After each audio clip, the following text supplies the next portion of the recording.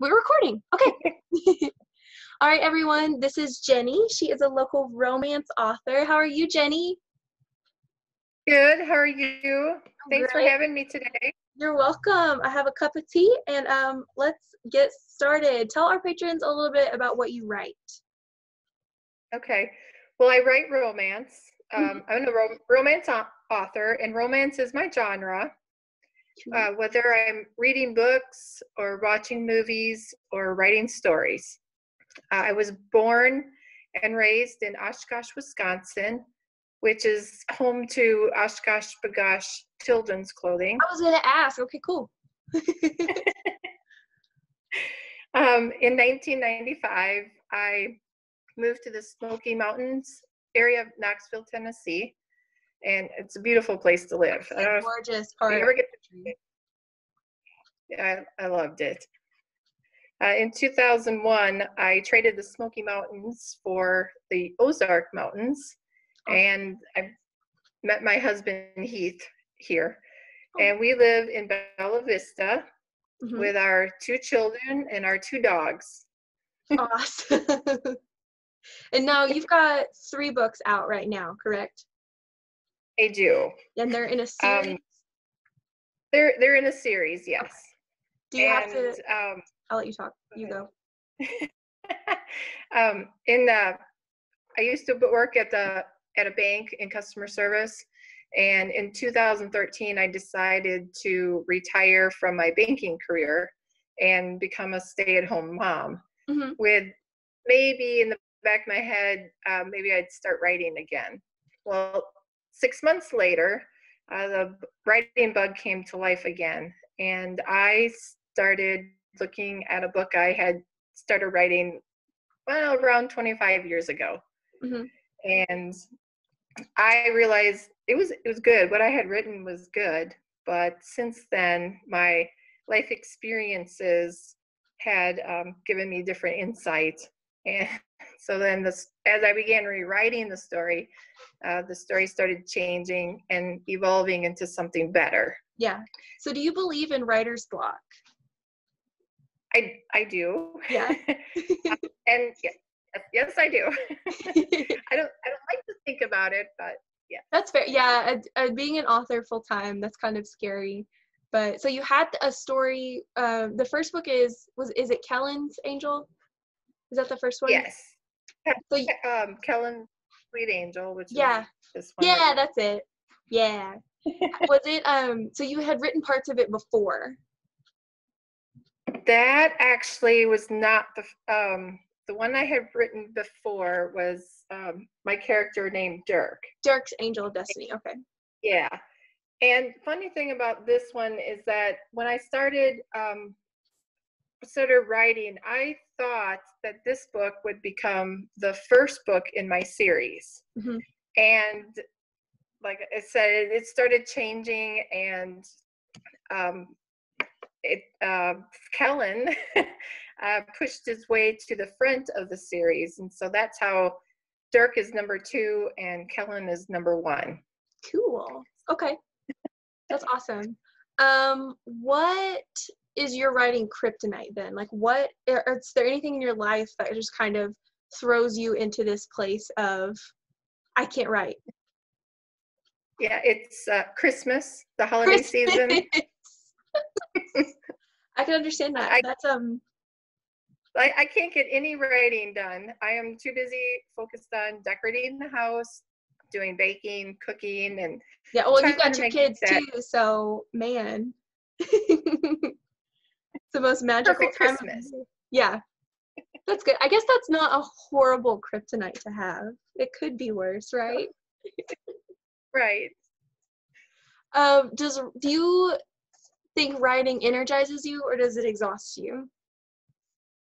It energizes me. It does. From creating a character to building scenes and loving a sentence that I made. One of my I really love F. Scott Fitzgerald, and one of his biographies was talking about how he would spend hours on one sentence and craft sentences. So I always appreciate that in authors when they take their time, because words have power, and when you string them together just perfectly, man, it's magic. It truly is. Yes, it What is. it is. How do you select the names for your characters? Are they based on real people? No, they aren't. I don't base my characters on real people. Mm-hmm. And sometimes I go through a baby name book, and then sometimes, names just pop into my head and I think, oh yeah, that works. Mm-hmm. Okay. So do you completely create your characters from scratch, or do you kind of base them off of different aspects of people in your life? Or is it just completely in your head? Like you create from base level, like a sim, when you're playing The Sims? Mostly from in my head. An idea comes and I think about it and I'll just go from there. And an example of that is when I was writing Dirk's story, and I was writing it, and in his dialogue, he was speaking to somebody, and he said, "Yeah, my friend is a farmer," and I paused on that and went, "Oh, that's interesting. Now, who's his? Which one is his friend, and who's?" Yeah. and days later, I was still thinking about that, and that's how Kellen became a story. Kellen was my farmer, and I'm like, oh, that works. That's cool. So it does kind of come from this place. Did you know as like a child or teenager that you were going to be a writer? Was it something you like went to school for? I didn't go to school for it, but I hoped. I read a lot as as a child, and I had stories back that I was writing in notebooks. I still have my notebooks full of stories that I wrote, and I hoped. I was really hoping I would. That was the dream. Yeah. Well, you've reached that dream then. Good for you. Was there something differently that you could have done as a kid that you think made you, or was there something that you did as a child that made you the writer you are today? You said the notebooks, obviously, but was there anything else, or something maybe you That would made me. change? That's a difficult. I'm sorry. Or maybe something that you would even change from your childhood to make yourself a better writer today. Changing, I would. First of all, if I had to change anything, I would pay more attention to the things that I didn't think would be important. Grammar and spelling. Oh yeah. That's for me. Yeah, that's a fair one. That's a fair one. The process, yes, and editing processes can be very exhausting for me. So, How long, on average, does it take you to write a book? so far it's been 2 years, and that's from the start of writing the story through editing, the editing process, through cover design, uploading it to Amazon, and then getting it out to the public. Yeah. What's the worst part for you? Is it writing or the editing, like all the publication aspect, post-writing aspect of it? What's more grueling? What's more grueling? The editing process. That's difficult, especially to send your work. Like it's like sending your little baby off to school and like, here, tell me everything that's wrong with it. Be kind. Kind. This is my child. What are some common traps out there for aspiring writers that you've noticed? A lot of people, including me, don't know where to begin a story. And my advice is just start writing. Start with the first thing that comes to your mind.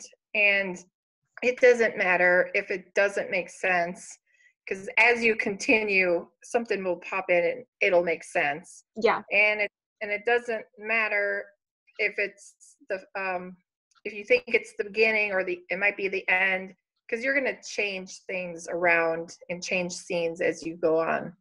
Yeah. Have you ever gone on a literary pilgrimage to help you kind of create a story? Not me personally, but my daughter was reading a book series that took place at the Biltmore House in North Carolina. Oh yeah. So we went there for Oh, her. that's cool. That's cool that you took her on there. She got to go on her own little literary pilgrimage. Do you have a specific place that you have to be, like, in your home to write, or can you write anywhere? I can write anywhere. I do have a desk. It's off of our kitchen Mm-hmm. area. I do write. I have a desk and all my notes, and that is where I do write, and I do a lot That's cool. there. That's your creative space. If you weren't a professional writer now, what would you do for work? Would you still be at the bank, you think? I would be in customer service somewhere. Somewhere. Probably Walmart, because here we are in Northwest Arkansas. Do you hide secrets in your books that only certain people can find? Like people who know you? Well, there are subtle plot twists Mm-hmm. in the book. That only certain people will recognize? I think everybody is able to recognize them. Okay, that's cool. What if you had to choose? What do you think your, like, writing mascot or, like, avatar would be if you had to choose anything? A dolphin. A dolphin! Yeah, they're carefree and energetic. They're playful. Precious. They're the dogs of the sea. They're precious. And they're protective and outgoing. Mm-hmm. Yeah, never get in between a mama dolphin and her baby. Man. Sorry, I lost my spot in my notes over here. What was the first experience you remember in your life where you learned that language had power? I have always read a lot of books, and now I can become a writer. I am a writer. Mm-hmm. Be a writer. Is there a specific book that stood out to you that kind of made you think, like, oh, I want to do this. Like, I want to write stories for people? Not a specific book. There's probably just a combination of a lot of books that I've read where I like the aspect, like humor. There's an author that I like that had showed me you can put humor into your book. And then there's another author that showed me, hey, there's mystery and adventure, and that, makes things exciting, that you can have romance and this mystery and adventure all at the same time, and don't forget some humor. Oh, yeah. You like to throw everything in there. So there's something for everyone in your books. Yeah, make it entertaining. Oh, yeah. Do you ever read your book reviews? Would you recommend that authors read their book reviews too? I do read my book reviews. The good ones make me happy, and I'm excited because people read the book and they liked it. Yeah. The bad ones, are more hard to take, but I try and flip it around and see if there's something maybe I could have improved on the story, or depending on what it is. Yeah. But if they don't like the story, I have to remind myself that's okay. Not everybody is going. Can't please them all. Can't please them all. Right. My final question, Jeni, is what does literary success look like for you? To be Nora Roberts famed. It's a household name. Yes. She is. So to be a household name. Yeah. Awesome. So yeah.